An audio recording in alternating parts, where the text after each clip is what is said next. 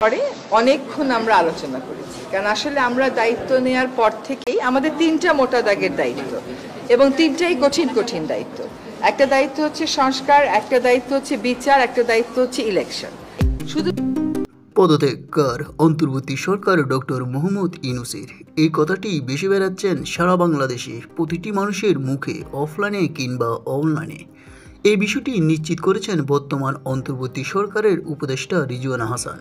তিনি বলেন, প্রধান উপদেষ্টা ইতিমধ্যে পরিষ্কারভাবে জানিয়েছেন যে আগামী জাতীয় সংসদ নির্বাচন ডিসেম্বরের থেকে জুনের মধ্যে অনুষ্ঠিত হবে এবং এই সময়সীমার একদিনও এদিক সেদিক হওয়ার সুযোগ নেই।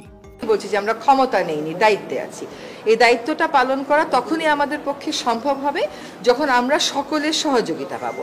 প্রত্যাশার বিষয়টা এক, আর দায়িত্বটা আসলে পালন করতে পারার বিষয়টা এক। প্রত্যাশা অনেকই থাকতে পারে, কিন্তু আমার তো একটা এনাবলিং এনভায়রনমেন্ট থাকতে হবে এই প্রত্যাশাটা পূরণ করার জন্য। তো আমরা চিন্তা করেছি যে আসলে আমরা পারছি কিনা। এই যে প্রতিবন্ধকতাগুলো হচ্ছে আমাদের এই বড় দাগের তিনটা দায়িত্ব পালন করার জন্য, এই প্রতিবন্ধকতাগুলোকে আমরা কিভাবে মোকাবেলা করব, আদৌ মোকাবেলা করতে পারবো কিনা, যদি মোকাবেলা করতে পারি কিভাবে করব, যদি মোকাবেলা করতে না পারি তাহলে আমাদের কি করণীয় হবে, আমরা সকলে মিলে এটা চিন্তা করছি।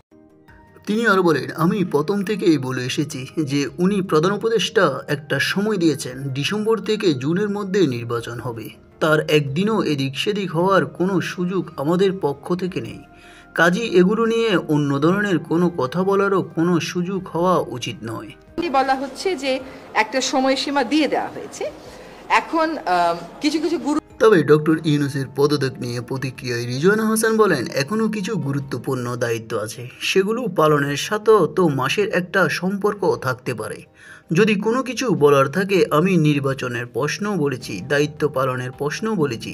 যদি অন্য কোনো বিষয়ে আপনাদের জানার থাকে সেটি আপনারা ওনার কাছ থেকে জেনে নেবেন। নিউজ বাংলা 29।